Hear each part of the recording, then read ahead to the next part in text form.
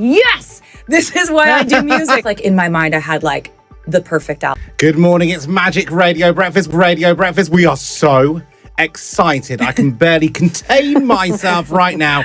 We are delighted to have the iconic Taylor Swift with us in the studio this morning. Good morning. Good morning. Yeah, lovely to have you here. Welcome. It's lovely that you're excited about it. This is so nice. We're very grateful for the heads up because sometimes you like to surprise drop albums. Yeah. And you've done that in the past. Yeah. But, you know, we had time to roll out the red carpet. We dressed up smart and we knew. And we thought, let's have showers and clean our teeth because Taylor Swift is coming in. I'm honoured. So, release parties for this incredible album are going to be out in cinemas everywhere. What can the fans expect to see in that film? So really, it's kind of a combination of what I used to do these things called secret sessions where I would invite fans to my house, play them the record before it came out, and I'd explain sort of inspirations behind different parts of songs or why I wrote things a certain way before I would play each song. So I kind of give them an inside scoop into what went into writing this particular song, then I'd play it. So it's a combination of that, and it's a music video debut. Right. So it's a premiere of a brand new music video that you can only see in theaters. It's not going to go online immediately. So it's like, I don't know, I was shooting the video and I was directing it, and my camera operator Colin said, like, it's a shame that this isn't going to be seen on like a big screen. It's such a massive production. And I just was like, you're right. To the new music, like have me explain what I wrote it about, and also you see a brand new music video and behind the scenes content of how we made the music video. Great. It's brilliant. I mean, everyone's going to love that. And also what's exciting about the new album is you're back together working with Max Martin, who you worked with on the incredible 1989 album, one of my favorite albums of all time. Oh, thank you. Has it got a similar vibe? And we have been lucky enough to listen to some tracks already before we met you. I mean, what do you think? I think it's pretty different from 1989. Yes, I thought some of the tracks do have a slight 80s vibe to them. Would that be fair to say? Yeah, some of the synths that we use for sure. I mean, sorry, I'm interrupting you. No, you're right. I was agreeing with you. I loved the songs. I thought also, because you're very famous, of course, for writing from the heart. Things like Wish List I found very emotional. It's amazing. Oh, thank you. Oh, that one literally I'm really happy that you me. liked that one, because that was like the one that made me know we were done with the record. Oh, really? As soon as we finished that song, I was like, boys, we're done. Desperate to ask you a question, which is, how do you know when you're done with an album? How do you know? Well, with this album, I was very specific about the vision for it being a short, concise, like almost like in my mind, I had like the perfect album as a idea, right? Like perfection is unattainable. We know that conceptually it's like a problematic thing to think about perfect, but I meant perfect in the idea of like each song has a place. It can't be swapped out with anything else. It fits perfectly together, right? So that's when I knew that we had made, in my mind, the perfect album for this moment in my life, was when we wrote Wishlist, because it really does get me too. Like it's really emotional. It's a very accurate stance on where I'm at in life. And like, so I just, like, it was a feeling. It was a feeling of like, we're done now.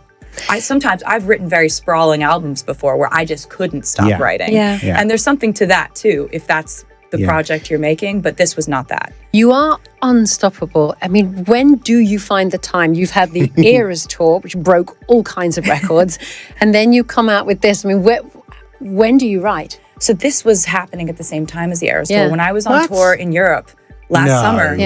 It was the point in the tour where we had so many shows so frequently. I was getting sick a lot. I was always like physically sore. But I had reached the point in the show where I could do it muscle memory. Right. So I needed something to wake my brain back up. I was like, I need something that like puts So you're writing an album. Just going to write an album. Honestly, like it felt like I was so physically exhausted from the shows, but being mentally and sort of like emotionally stimulated by making this music got me to the point where like I was so excited to step back on stage because, by the way, thank you. Is there a standout lyric in this entire album that you can think of instantly? You go, actually, that's where I am. That's what I'm most proud of. That's what I love. That's my messaging. Weirdly, like there are lines that I think represent the way I write songs. Yeah. Like it's not something that I think represents like who I am as a person, because this is very much a song that's written in character. There's a song called Father Figure, where the first line of the second verse says, "I pay the check before it kisses the mahogany grain." Yeah. And I'm like, that's my favorite type of writing, right? Where you have to think about, wait, what do those words mean? Oh, somebody got the bill before it hit the table, but you say kisses the mahogany grain. I'm like, okay, that's my favorite type of stuff to write. But there are some lines in the song, The Life of a Showgirl, that are very much sort of like the manifesto of how I've had to operate within this industry. It's a song about meeting one of your sort of idols, and they, instead of being what you thought they would be, they warn you against following in their footsteps, because they just want to be honest with you about how hard this industry is, and you do it anyway. I think that's sort of like the manifesto of like how I approached this tour. There wasn't the option of, if I'm sick, I'm not going on stage. There wasn't an option of, I'm feeling terrible, I'm not doing the show tonight. And so every one of us on that tour operated from that standpoint of like, the crowd is your king. Yeah. Like, it's not the other way around. We're going to play Fate of Ophelia now. It's a first play for us on Magic. What can you tell us about this song, and we'll play it? I think that this song has some of like my favorite moments in it. Like there's this post-hook section that goes, keep it 100 on the land, the sea, the sky, pledge allegiance to your hands, your team, your vibes. And when we wrote that in studio, I was like, yes! This is why I do music, like the way I feel when this part of the song happens. But this is a song about feeling for a long time like you might have met a similar fate to Ophelia, who was driven mad over the years slowly by love. And instead she, I kind of give her a little bit of we reference her fate, but you talk about sort of someone saving you from that fate, and like how euphoric that feels to look at maybe your past experiences with heartbreak and feel that you've been like rescued from that by this fortuitous turn of events where you ended up finding a person that changed that for you. What an insight. Thank you so much. I love the line where you're like, just give me a best friend who's hot. Yeah. Do you think you've achieved that now with Travis? 100%. I mean, like, look what I got. Oh my God, the ring. We are joined by someone who made UK chart history this year as the first female artist to achieve 13 #1 albums in the UK. She's won Grammys, Brits, all the awards. She made history with her record-breaking Eras tour. She got her master's back. She's a performer, a businesswoman, an icon. We're, of course, talking about the showgirl herself, Taylor Swift. Oh, wow. That was a great intro. That was good. Yeah. You really pulled out all the stops there, Fleur. Beautifully done. You know what? We're just really honored that you took the time to come and record. We then take all this time to plan out how we're going to put it out and make sure that we have vinyl for everybody.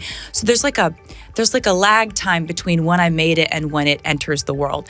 Oftentimes your life can change drastically between this point and this other point. And for example, my last album, Tortured Poets Department, by the time that album came out, I was in a completely different point in my life. So it was like, it's an interesting feeling sometimes putting albums out into the world. With this one, the coolest part is that it is absolutely the place that I still am in my life. That's the music matches the moment that I'm in. So Brilliant. it's so much easier to come in here and like talk about music that completely accurately like reflects what's going on in my life. So that's really fun. I would say that this album is a complete and total snapshot of what my life looks like right now. Amazing. Okay. Because I read that you wrote it kind of about what was happening behind the scenes during the Eras tour. Yeah. I mean, it sounds like there was a lot happening behind the scenes during the Eras tour, and a lot to be joyous about. But there's light and shade in the songs that we heard for sure. Like that tour being so huge for so many people. Was that one of the most intense experiences of your life? Definitely. Yeah. What was it about it? Not just the scale, but that made it so intense? Because summing up your whole body of work in one performance must have been extraordinary. Oh, it was a blast. It was so fun, but it was also so many other things, like when you're on tour for 2 years and every night is a 3.5-hour show. Whoa. The biggest threat, I think one of my favorite things that anyone, like a mentor, has said to me is Stevie Nicks always said when it came to anything in her personal life, she was like, just don't threaten my show. Don't threaten I'm not going to have a messy, like dramatic feeling about something that doesn't actually matter and isn't really real. Because there's a lot of like, we live in a moment of like a lot of rage baiting, and a lot of like people like getting attention has now been monetized. So you have to just know like what world we live in and kind of choose what reality you want to be in. Yeah. Now, we have been loving the album. We've listened to many a tune. My personal favorite is Wishlist. Oh, really? It's a vibe. It's a straight up vibe. I was like, a lot of shoulders. I was doing shoulders. Yeah, I was like, a lot of that. Oh, that makes me so happy. That was actually the last song that we finished on the record, and that was when I knew the record was done. Really? That was when I knew. I was like, we're good. Guys. We're good. I love the line where you're like, just give me a best friend who's hot. Yeah. Do you think you've achieved that now with Travis? 100%. I'm like, look what I got. Oh my God, the ring. Sorry, the ring is even bigger in real life. Oh my goodness. Wow. No. Oh my goodness. Stunning. You would love him. You would love him. I have a question actually. Does he have any hot gay friends? Yeah. Yeah? Great. Yeah. Okay, We'll I'm sort single. it out. Perfect. I also have a lot of Yes. those as well. In the UK? That doesn't matter, Will. Yeah, I mean, I feel this Will feels travel. offline. This feels like for maybe it's an later we offline just, chat. I get off Maybe my later. phone. But yeah, you would absolutely love him. He's a blast. He's just the most fun person. Life of any party, even when it's just us. So it's like, yeah, that is the goal, isn't it? Find Yeah. a best friend It who is. you think is hot. Yeah.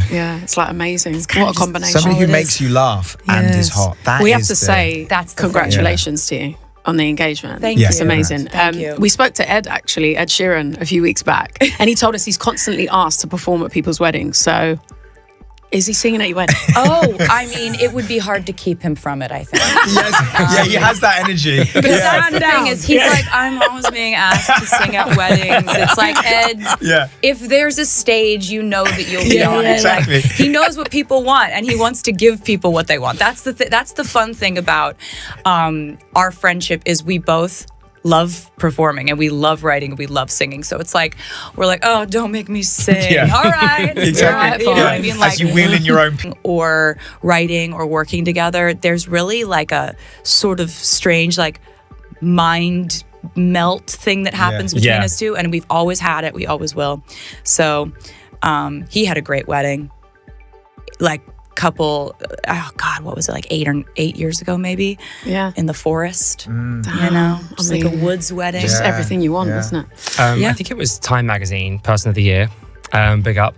They said your lyrics give women and girls permission to know that their internal voice matters. And I think that's absolutely where your music comes from. And Opal Light is, I think, the song that we all need right now, because you're saying like, it's all right. And a lot of us need that. Is that your intention when you're writing, to like really hit that connection? Thank you for saying that about that song. I'm so glad you like that one. Oh, it's amazing. Because you say, when you know, but how do you know? Yeah, so that song was so much fun to write because it goes through all these situations where oftentimes in life when we go through something that doesn't work out, whether it's in our personal life or in our friendships or in our career path, we oftentimes look at it as this like major setback, like we've taken a step back. But actually I've found that so many of those instances in my life have, based on how you respond to it, can catapult you forward in growth, in wisdom, in perspective. And I think those are the things that I've tried to like find to be the most attainable qualities and the most aspirational qualities in growing up, is like, can you react to certain situations in a way that benefits you and the people around you, and essentially like acquire wisdom because of it. And so Opalite is a song about like kind of forgiving yourself for having gone through something that didn't pan out the way you wanted it to. And it's because it says, you know, like all of the perfect couples like would look at you and say like, when you know, and when you don't, you don't. And when you're not in that situation, when you don't know, you know that you don't know. You know that you don't know. And so it's like, it's giving yourself permission to like not have it all figured out, or not marry the first person you ever dated, you know, like stuff like that. Like I'm just happy that song exists. And also like that chorus, I'm really just stoked about how like absolutely infectious and It is. borderline narcotic it is. It is. That is exactly what it is. Shocking melody. So we're going to play the first single, The Fate of Ophelia. But before we do, can you please just give us headlines on what it's about? I just have this fixation on Shakespeare characters that I fall in love with, and I can't stand to see them meet a tragic demise. I don't want that to be what happened to them, because wait, are you talking about Ophelia's she died? What do you mean? Yeah, how dare you? I was really excited to see what happened with her and Hamlet. They seemed great. And I kind of going back to like the song Love Story, which I wrote when I was a teenager, I was just like, I can't watch Romeo and Juliet not work out. What do you mean they both die? They don't in my version of things. So it's just like you just turn the movie off before the bad ending. But this is a little bit like that, where The Fate of Ophelia talks about how, Ophelia was driven mad by love, and relatable. It talks about, the hook says you dug me out of my grave and saved my heart from the fate of Ophelia. So it's a love song. And it's also just got one of the catchiest post hook kind of sections that I'm pretty proud of. So, oh my God, it's crazy to talk about this. Taylor Swift, arguably the most talked about woman of 2025, has once again captured the world's attention. At 35, she released her record-breaking album The Life of a Showgirl just last month, igniting a fresh wave of media frenzy and fan excitement. With anticipation already building for the December release of her Opalite music video, Swift's momentum shows no signs of slowing, yet the headlines aren't focused solely on her music. Much of the global buzz surrounds her high-profile relationship with NFL superstar Travis Kelce.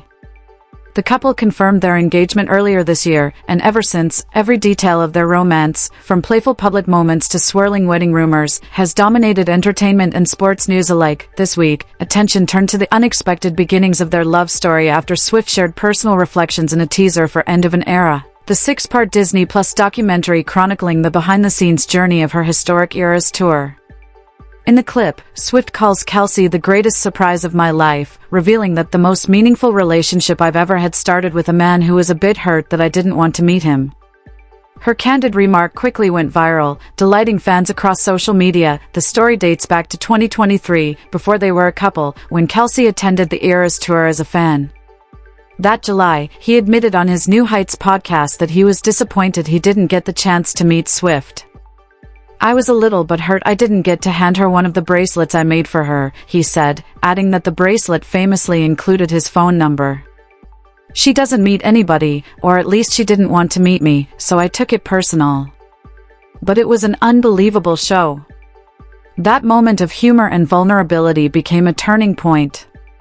Just 2 months later, Swift and Kelce went public with their relationship, instantly becoming one of the most talked about couples in pop culture.